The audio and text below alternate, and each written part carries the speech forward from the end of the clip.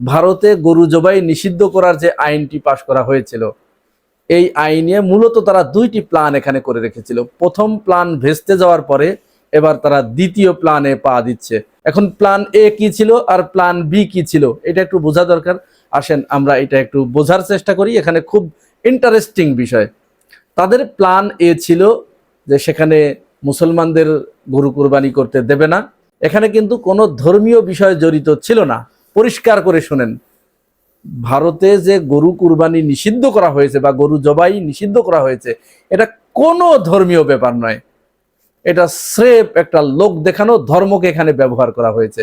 ভারতে কি গরু জবাই করা হয় না? শুভেন্দু অধিকারী কি গরুর মাংস খায় না? অবশ্যই খায়।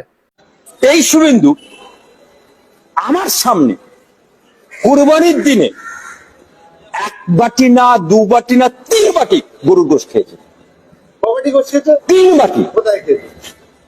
পশ্চিম মেদিনীপুরে শাহাবুদ্দিনের বাড়িতে। শুধু তাই নয়, আপনারা পিলে চমকে যাবার মতো একটি তথ্য আপনাদেরকে দিচ্ছি। ভারত বর্তমানে পৃথিবীর 4র্থ বৃহত্তম গরুর মাংস রপ্তানিকারক দেশ। আশ্চর্য হচ্ছেন? কোন কোন তথ্য বলছে যে 4র্থ নয়, তারা 2য় বৃহত্তম দেশ যারা বিদেশে গরুর মাংস রপ্তানি করে। প্রথম কাতারে রয়েছে ব্রাজিল। ব্রাজিলের পরে অনেকেই বলছে মার্কিন যুক্তরাষ্ট্র, অস্ট্রেলিয়া, এর পরেই ভারতের অবস্থান। কিন্তু ডেটা কি বলছে? গত 2023 এবং 24 সেশনে ভারত কত কেজি, কত লাখ টন গরুর মাংস রপ্তানি করেছে? 4,20,00,000 টন গরুর মাংস তারা রপ্তানি করেছে। এবং প্রতি বছর এভারেজ তারা এই গো মাংস বাইরে রপ্তানি করে 42,000 কোটি টাকা তারা বৈদেশিক মুদ্রা অর্জন করে। চিন্তা করতে পেরেছেন? তাহলে গরু কি সেখানে জবাই হয় না? সেখানে কিন্তু গরু তো আস্তা গরু তো পাঠানো হয় না, গরু জবাই করে সেই গরুর মাংসগুলো প্যাকেটজাত করে তারপরে পাঠানো হয়। তাহলে গরু জবাই সেখানে নিষিদ্ধ হলো কি করে? নিষিদ্ধ নয়। ওই যে বললাম, এটা মূলত ভারত তার প্রথম প্ল্যান ছিল যে মুসলমানদের গরু কুরবানি করতে না দিয়ে এই গরুগুলোকে একটু বড় করতে দিয়ে। অর্থাৎ আপনারা খেয়াল করবেন কিন্তু যে সেখানে যে আইনটি করা হয়েছে, আইনে বলা হয়েছে যে গরু জবাই করতে হলে যথাযথ কর্তৃপক্ষের অনুমতি নিতে হবে এবং গরুর বার্থ সার্টিফিকেট অনুযায়ী 14 বছর সেই গরু লালন পালন করতে হবে। বুঝতে পেরেছেন? 14 বছর মানে একদিকে যেন 2-3 বছরের গরু কেউ জবাই করে কুরবানি করতে না পারে, পাড়ার কসাইয়ের দোকানদাররা যেন গরু জবাই করতে না পারে, যেখানে সেখানে গরু যাতে জবাই না হয়, তারা এই পুরা গরুটা এই যে শর্ত দিয়ে, কঠিন থেকে কঠিনতর শর্ত দিয়ে গরু বড় করবে, বড় করে বড় বড় বিগ বিজনেসম্যানদের কাছে এই গরু বিক্রি করতে সেখানকার খামারিদেরকে তারা বাধ্য করেছে এই আইনের মাধ্যমে। অর্থাৎ খামারিরা আর মুসলমানদের কাছে বা খুচরা পর্যায়ে তারা গরু বিক্রি করবে না। তারা একটা গরু কিন্তু প্রচন্ড এক্সপেন্সিভ গরু পালা, তো এরকম খরচ করে করে 14 বছর কে খরচ করবে? প্রতি বছর একটা গরুর পিছনে কত খরচ হয় এটা গরু যে পালে সেই বুঝতে পারে। তো এরকম পালতে পালতে ধার দিনা করে আপনি পালবেন। পালার পরে এই গরুটা আপনি বড় বিগ বিজনেসম্যান যারা এই যে গোমাংস রপ্তানি করে তাদের কাছে আপনি বিক্রি করবেন কম দামে, তুলনামূলক কম দামে। একটা গরু কুরবানির ঈদে যে দামে বিক্রি হয়, ওই বিগ বিগ বিজনেসম্যানদের কাছে গেলে আপনার সেই দাম আপনি পাবেন না। 14 বছর ধরে রাখলে তো ওটা পাবেনই না। তাহলে একদিকে তাদের কৃষকদেরকে, খামারিদেরকে ক্ষতিগ্রস্ত করে তারা এই যে রাষ্ট্র এখানে ফুলে ফেপে বড় হবার জন্য এবং মূলত আন্তর্জাতিক বাজারটা ধরার জন্য, অর্থাৎ তার এখন উদ্দেশ্য সে এখন প্রথম হবে, ব্রাজিলকে টপকে প্রথম পর্যায়ে সে চলে যাবে, এই তার প্ল্যান এ ছিল। তাহলে আইন করে দিলে গরু আর বিক্রি হবে না।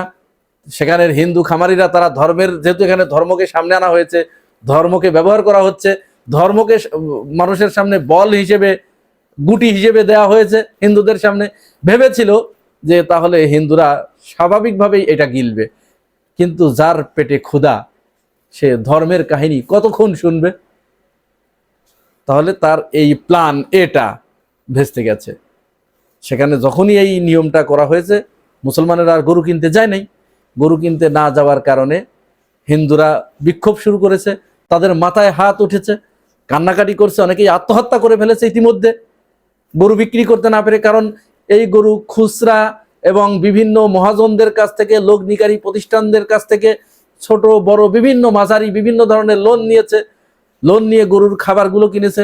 কুরবানির ঈদে গরু বিক্রি হবে, সেই বিক্রির টাকা দিয়ে ঋণ পরিশোধ করবে, আর বাকি লাভের টাকা দিয়ে আবার কিছু গরু কিনবে এবং বাকি সংসার চালাবে। এটা ছিল এখানকার মানুষের নিত্য নৈমিত্তিকর ঘটনা।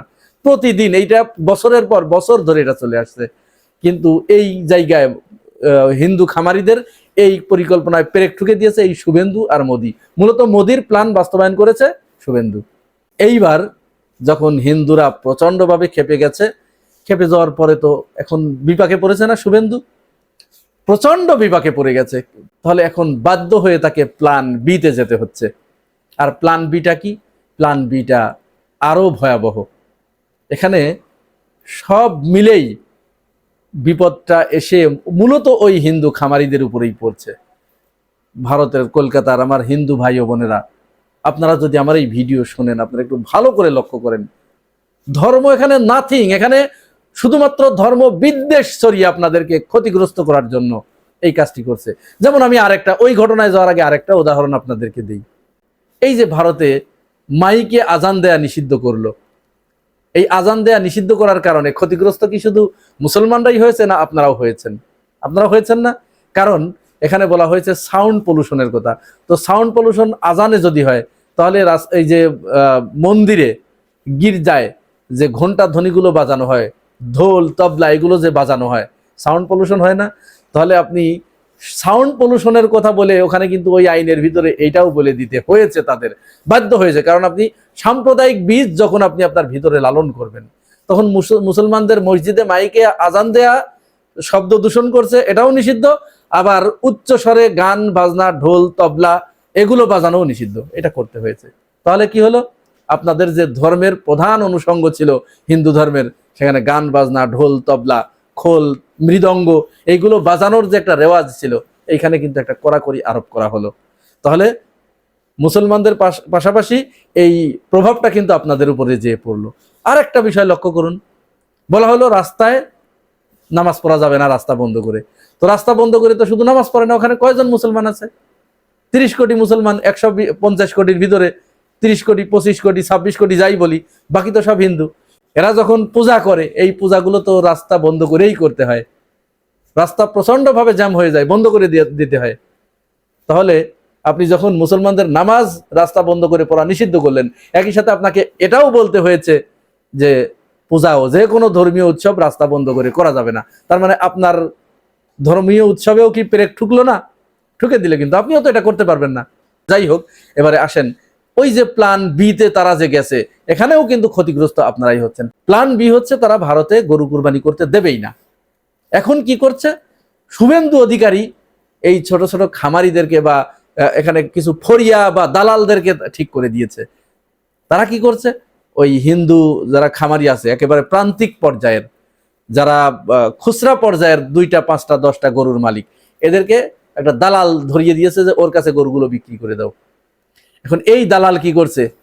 20 জন 30 জন 50 জনের গরু কিনে তারা রাতের অন্ধকারে এই বাংলাদেশের চাঁপাইনবাবগঞ্জ সীমান্ত দিয়ে রাতের অন্ধকারে গরুগুলো বাংলাদেশে পাচার করে দিচ্ছে। দেখুন, একটু দেখাই।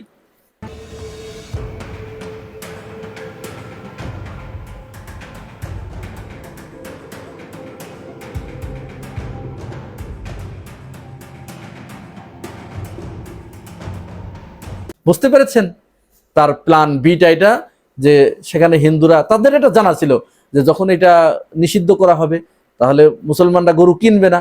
গরু না কিনলে, এখানে তো গরুর ব্যবসা মূলত হিন্দুরাই করে, বেশি গরু পালে হিন্দুরা, তাহলে তারা বিক্ষুব্ধ হবে, তারা গরু বিক্রি করতে পারবে না।